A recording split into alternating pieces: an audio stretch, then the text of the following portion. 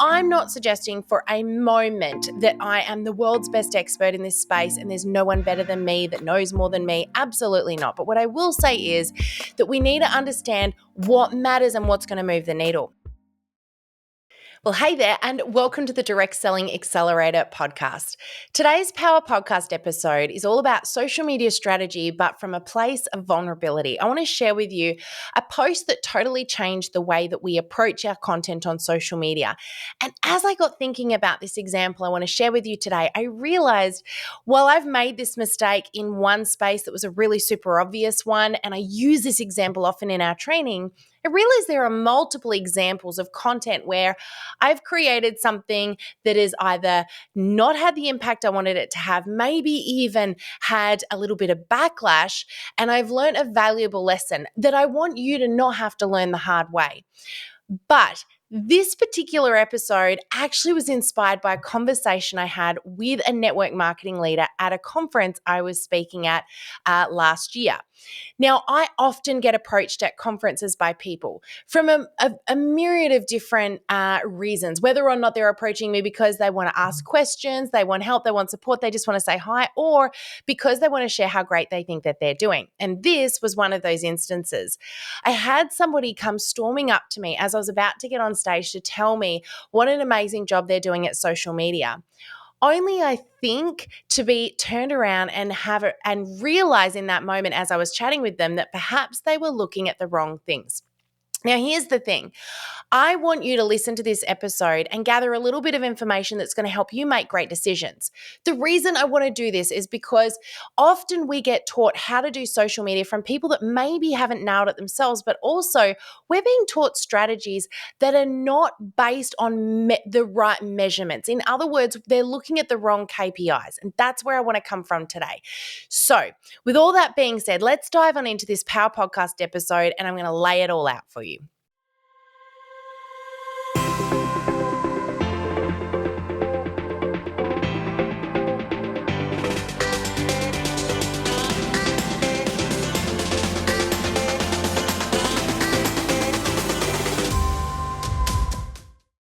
Okay, so let's start with the story. Now, I was about to get on stage at a conference and I had this leader come storming up to me. She was all super proud and she wanted to share with me how amazing she was doing on social media. She said to me, I've nailed it. I'm getting so many people viewing my reels. I'm doing all of these reels. And essentially what I sensed she was saying was, why do we need a trainer to come in when I'm doing such an amazing job? I could be up there doing what you're about to do. Now, I'm not suggesting for a moment that I am the world's best expert in this space and there's no one better than me that knows more than me. Absolutely not. But what I will say is that we need to understand what matters and what's going to move the needle. So I asked this person a few questions. I said, that's amazing. What are you getting up to? What are you doing? And she told me a bit about some of the reels and some of the things that she was doing. This particular person was doing a lot of reels where she was doing the dubbing. So she was, miming to popular songs, trending music, even dancing. And her most popular video, of course, was one where she was wearing a bikini, she lost a bit of weight, and she was dancing in front of a mirror. Now, my next question to her was one that I think had her stop very, very quickly in her tracks. But I want you to ask yourself this question, both of your own content, but when you listen to someone teaching you about what to do and how to do it, I want you to ask yourself this question as well. And this is the key. I asked her this. That's great, because she said to me, I'm getting over 1 million views per month now on my content. And I was like, right. So, over 100,000 views on any piece of content she ever put up. That was like a minimum for her. And she was saying, this is amazing. Now, I asked her this question. How much of that is turning into business? In other words, what does that mean for you in your growth? What is that turning into? She stopped. She went very quiet. And at first she said, I don't know. And then she said, I don't think it's doing anything. Now, I've got to commend her for being super honest about that, because I think vast majority of people would probably go really quiet maybe and make some story up. She didn't do that. She stopped. And her very next question to me, she thought about it for a few minutes. She actually said, can you show me how to turn this into business? Which is a very smart way to look at it. And I want to ask you this question. when you create content, what's the objective that you're aiming to achieve? Now, I said to you, I want to share with you the piece of content that changed all of this for me. And this was actually an accidental piece of content, but I want to talk to you about various different pieces of content, the way we use them and the outcome we get when we use them, and being very careful with our time. Because when we create content on social media, we can get very trapped in trends, in what looks good, in the music that's trending, in the strategies that are trending, and we lose sight of what's actually going to get me results and move the needle in my business. Especially if you, like me, are a creative and you love to create and come up with cool looking things or beautiful things. I see a lot of people doing this with the introduction of short form video. They get very caught up in creation and they lose sight of the objective. So I want to share with you a piece of content I created that was actually an accidental unicorn, but in all the wrong ways. So a couple of years ago, and this would I wasn't doing a lot of reels, I wasn't doing a lot of videos, and I talk to you often about the simplicity of doing video. You don't need to go do any crazy editing. You can literally just do a video and upload it as a reel, and that can be as effective as sitting there and editing for hours. So this particular video was one that I recorded on the fly, and I thought this is a great piece of behind the scenes content. Now, here's what it was. It was Sunday morning. We were getting ready for church. Greg was already at church because he was helping out on sound that day. And I was with the kids getting ready, and I was going to follow him in. So I'm in the kitchen. We're getting breakfast. I look up at the wall, and on the wall in my hallway is a giant huntsman spider. Now, I'm going to put this into context for my American friends right now. In Australia, we have lots of creepy crawlies. One of those types of creepy crawlies is called a huntsman spider. Now, my fear is not snakes, it is spiders. I cannot stand them. And a huntsman spider is, like an average size would be the size of my hand. They are furry, they're ugly, they're big, and a lot of people will tell you they are completely harmless. I do not believe this, but that's not the point of this episode, so we're going to leave that over there and we'll come back to the point of this episode, which is that there was a giant, scary-looking huntsman on the wall in my hallway. Now, for someone who doesn't like spiders, it was like a natural thing because we get a lot of spiders in Australia, particularly where I live. We get lots of them in the country. And so it's really normal for the kids or Greg to jump in and save my backside when we see a spider, because I will literally not walk into that hallway. I won't go there. I'm not going anywhere near it because I've got this fear that maybe it might jump on me or something. Anyway, again, I've got a whole bunch of people listening to this episode right now going, I'm tuning out. I'm out. That's it. I wouldn't blame you. So hang in there. I promise. I'm going to get to the point in a minute. So the spider's on the wall, and Aiden, my eldest son, comes running in with his weapon of choice, which is a vacuum cleaner. Now, he's learned this from Greg. Don't know why. Don't know why you would attack it with a vacuum cleaner. To me, it is pointless, and all you're doing is, sucking up. It's going to rattle around in there and crawl back out again, which is exactly, by the way, what happens. I've learned that from experience also.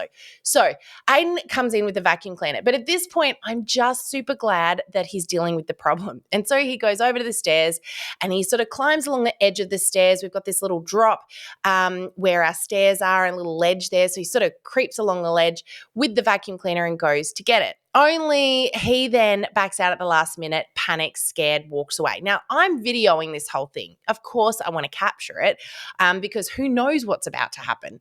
So then my younger son, Levi, comes in. Now, he would have been maybe 9 at the time, and he does the same thing. He gets the vacuum. He's like, I'm going to save my mum. I'm going to come in and save the day.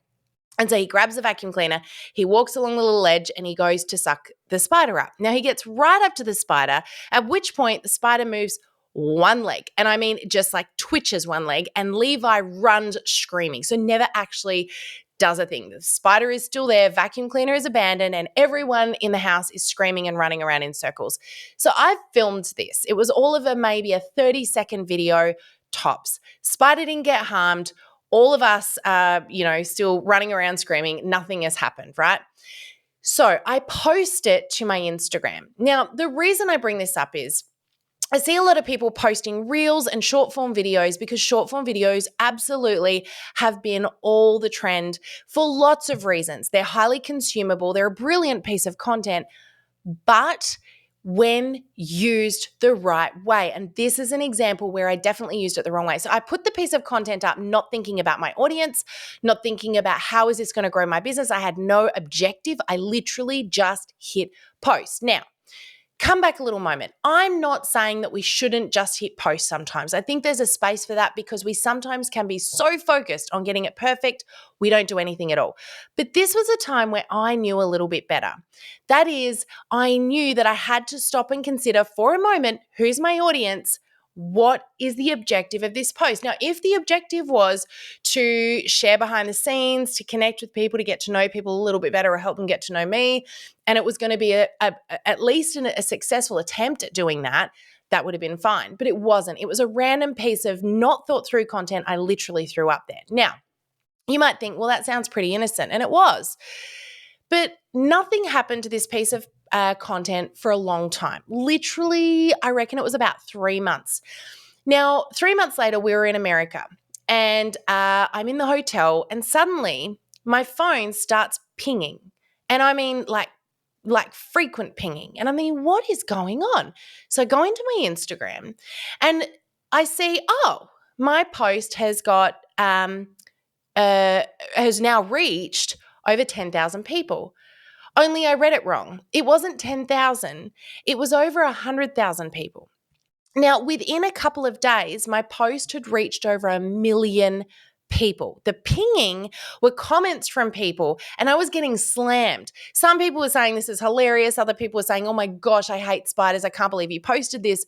But a bunch of people, a bunch of haters were coming in and telling me off for cruelty to insects, well, it's not even an insect, right? It's an arachnid. So cruelty to creatures, cruelty to kids for, having them have to come in and climb on a roof because it looked like you couldn't really tell what they were walking along. So it did actually look like I might have had them on a dangerous ledge. They weren't, but you didn't know that by looking at the video. So I had a ton of haters come in, right? The post was getting comment after comment. It was getting shared a little as well, but it had over 1 million people that had reached. Here's the clincher to this. This is a lesson we learn. And Greg and I often talk about this particular post when we're doing trainings. It got heaps of eyes on it, but it didn't grow our Instagram by one single follower. So what was the outcome and the benefit of that post? I got a lot of negativity, which of course doesn't help me. It doesn't encourage me in the content that I'm creating, and it certainly doesn't create loyal fans and followers. I didn't gain any followers, and it didn't help any of the followers that I had. I did, however, get a benefit from it, and it was a lesson. It was a lesson that I was able to on-teach to our members, to you right now, and to learn for myself, which is when we create content, it's not about the trend. It's not about randomly slap-dashing content out there, which is that whole I'm just going to throw spaghetti at the wall and wait to see what sticks mentality. It's about stopping and going, what is going to help me achieve my objective? So let's come back a little moment. The first question you should be asking yourself is this: what is my one key objective I want to achieve on social media? In other words, what do you want it to do for you and your business? And there's no wrong answer here, but it's about being intentional. So do you want to find new leads? Do you want to be real and relatable and build trust? Do you want to start conversations? Do you want to build curiosity and intrigue? Do you want to build your brand? Maybe it's multiple of those things or something else altogether. But the key is this: know what it is that you want. And every time you go to hit post, ask yourself, is this piece of content going to move me closer towards that outcome and objective? Do nothing at all, or move me further away? And if the answer is not move you closer, or at least intentionally try to move you closer, then don't post it. Don't be the person that puts the spider video up there and comes up to me at the conference and says, hey, I've had over 1 million people see my content. I'm doing an amazing job. Because when I ask you the question, what is that turning into? What is that translating into in your business? I want you to be able to tell me, I'm getting sales, I'm getting leads, I'm connecting with new people. I am having an impact. At the end of the day, it is about that. It's about the impact that you're having, knowing that every person that sees every piece of content you put out there is you are leaving an impression on that person. Whether you are intentionally doing it or not, you're leaving them feeling something. So ask yourself, what am I leaving them feeling? And is it something that I want them to feel when they come in contact with me? So The one post that taught me one of the most valuable lessons I've ever learned is this: viewers don't mean anything. So it's not about the reach. It's not about who sees your stuff. It's about what's the impact I'm having and what is that turning into. I'd rather you get 10 people see your content and generate one lead than 1,000,000 people see your content and do nothing. So that's it from me today. Be intentional about your content. Remember, don't chase trends. Truth over trend. Be real and relatable, because that's what people want to see. They want to connect with the real, relatable you. And the more you can do that, the more you can genuinely connect with people, the greater you're going to grow your business, and the more of the right people you're going to attract as well to your social media. Get the right people following you, and I promise the rest will happen almost on its own. So think about your content, be strategic, and think about what's the objective I want to achieve. Don't worry about the eyes, worry about the action. That's it from me. I hope you've enjoyed this episode. Have fun, and we'll see you again next week. Bye for now. Thank you for joining us in this episode of the Direct Selling Accelerator podcast. If you love listening and you found that this was helpful for your direct selling business, please like and subscribe to our YouTube channel. You can also check out the recommended video that's popped up on your screen right here. I look forward to seeing you again next time. Bye for now.